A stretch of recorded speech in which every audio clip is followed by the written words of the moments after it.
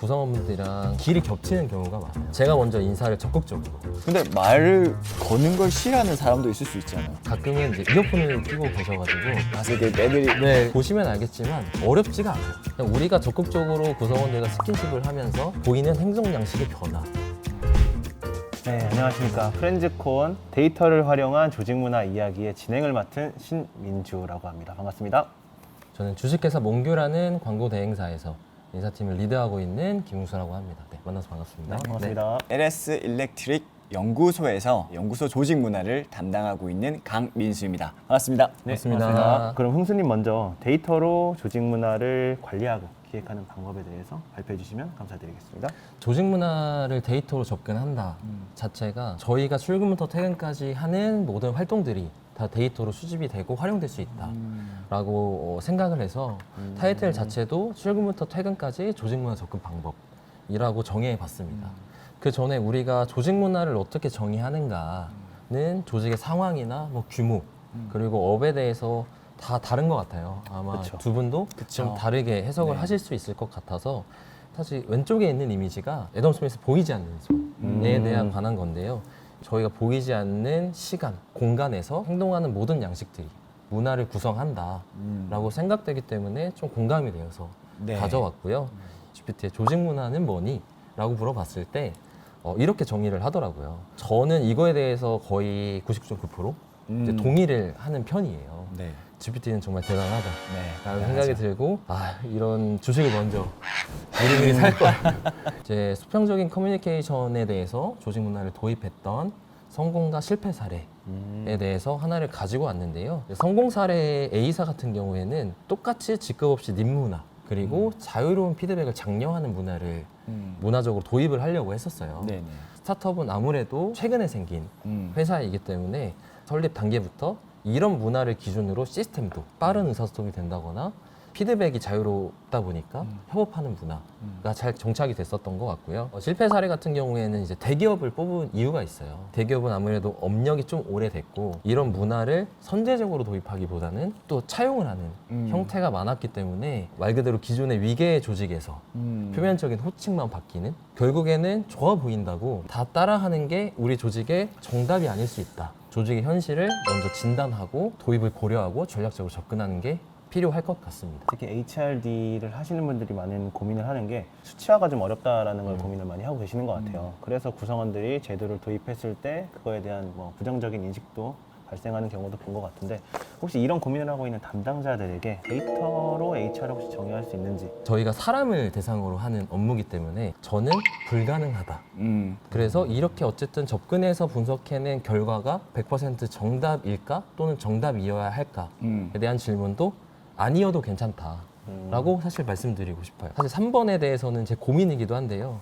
성공적인 인사 데이터 분석 방법은 그래서 뭔가요? 그런 답을 얻기 위해서 이 영상을 보시는 분들도 있을 것 같아요. 뭐 죄송스럽게도 그걸 제가 완벽하게 정의할 수 있었다고 한다면 어떻게 보면 노벨상 후보에까지 이미 올라가지 않았을까. 이런 챌린지를 받는 게 그 윗사람들이 하는 네. 거잖아요. 아니 나는 이렇게 돈을 들여서 이렇게 계산을 하고 싶은데 이걸 내가 판단하려면 뭔가 수치화된다든지 데이터를 보여줘야지 내가 이걸 믿고 투자를 할 건데 근데 너는 왜 그거를 못한다고 하니? 그럼 어떻게 설득을 할 수 있을까요? 결국에는 저희는 구성원들의 공통적인 그런 니즈가 네. 저희를 뒷받침해 줄 수 있는 데이터라고 음. 생각을 하거든요. 이때 데이터를 접근하는 방법은 저는 크게 두 개로 나누고 있는데요. 좀 더 개인적인 문제로 접근을 하느냐 아니면 애초부터 조직적인 문제 인식으로 접근을 하느냐. 저는 이제 개인적인 관점에서 먼저 문제 분석을 하는 편입니다. HR적인 용어로는 조직적으로 봤을 때는 HR 애널리틱스, 좀 더 개인화적으로 접근할 때는 피플 애널리틱스 이렇게 두 개로 정의를 할 수 있을 것 같고 오늘은 이제 피플 애널리틱스 PA의 관점에서 설명을 드리려고 하고 보시면 알겠지만 어렵지가 않아요. 그냥 우리가 적극적으로 구성원들과 스킨십을 하면서 보이는 행동 양식의 변화가 자체가 데이터가 될 수 있다. 이런 성향이나 결과가 많아지면 개인의 문제로 시작이 되더라도 결국엔 조직적인 문제가 될 수도 있다. 그래서 개인화 관점에서 문제를 파악하는 게 중요할 것 같다. 그래서 저희가 어쨌든 데이터를 접근을 하기 위해서는 기준을 잡고 프로세스를 잡아야 되는데 이것들은 제가 접근하는 방식이기도 해요. 네. 이것도 정답이 없는 문제이기 때문에 이런 방식도 있다. 우선 문제 해석을 하기 위해서는 예전에 했던 실수는 표본 집단만 정했을 때였었어요. 문제로 인식이 된다라는 사람들만 모아놓고 봤을 때는 결론이 항상 문제가 있다. 그들에게 문제가 있다. 라고 분석이 됐었어요. 그게 제일 쉬운 방법인 것 같아요. 맞아요. 네. 그래서 사실은 문제 해결을 저희가 하는 관점에서는 가장 쉬운 접근 그쵸, 방법이긴 그쵸. 한데 오답인 확률이 그만큼 높기 때문에 제가 그런 실패를 너무 많이 해봤기 때문에 표본의 집단도 설정을 하기 시작했던 것 같아요. 우리가 문제가 있다라고 인식했던 사람이 문제가 아닐 수도 있고 문제가 없다고 생각하는 사람들이 오히려 문제가 있는 경우도 있었기 때문에 이렇게 표본 집단과 표본의 집단을 설정해서 동일한 항목으로 설문을 진행을 했을 때 데이터 비교를 하기가 가장 용이했던 것 같습니다. 그래서 결국에는 데이터가 분석을 했을 때 문제 해결의 관점에서 접근을 해야 되는데 우선순위를 정하는 게 좋을 것 같아요. 좀 두 분 같은 경우에는 이런 걸 도입하고 어떻게 좀 잘 정착이 돼 있는지. 지금 여기 예시에 나와 있는 것처럼 그 지각. 네, 지각이 아마 대부분의 담당자들의 고민 중에 하나일 것 맞아요. 같아요. 지각이라고 하면은 좀 냉정하게 말해서 개인의 문제로 이렇게 받아들이는 게 많잖아요. 그러니까 저 사람은 원래 저래. 그러니까 습관이야.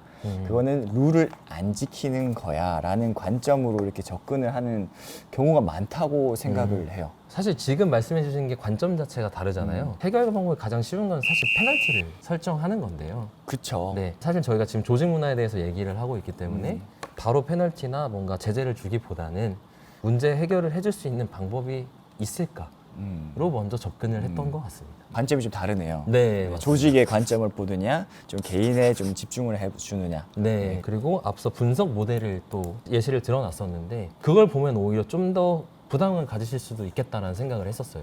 그래서 이 장표를 만들었는데 꼭 이렇게 데이터를 셋업하고 수치적으로 분석해야만 올바른 결과를 도출할 수 있을까? 저는 일단 아니라고 생각을 합니다.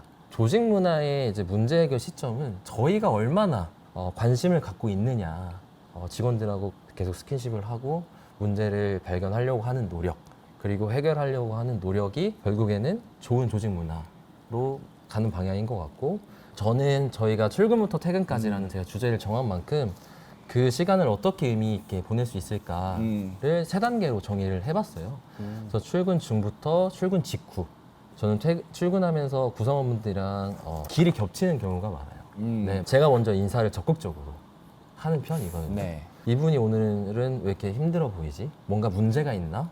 이런 것들을 파악하는 것에도 많이 도움이 된다라고 생각을 하거든요. 근데 말을 거는 걸 싫어하는 사람도 있을 수 있잖아요. 그래서 좀 가려야 되나라는 고민을 했었는데 편집을 해야 될 것 같아요. 네, 저희가 편하게 느껴줘야 되는 것 같아요. 구성원분들한테. 구성원분들이 저희에게 다가오는 것보다는 저희가 먼저 다가가는 횟수가 많아야 그들도 조금씩 마음을 열 수 있지 않을까. 가끔은 이제 이어폰을 끼고 계셔가지고 가서 이렇게 애들이 네, 그냥 지나가야 되나.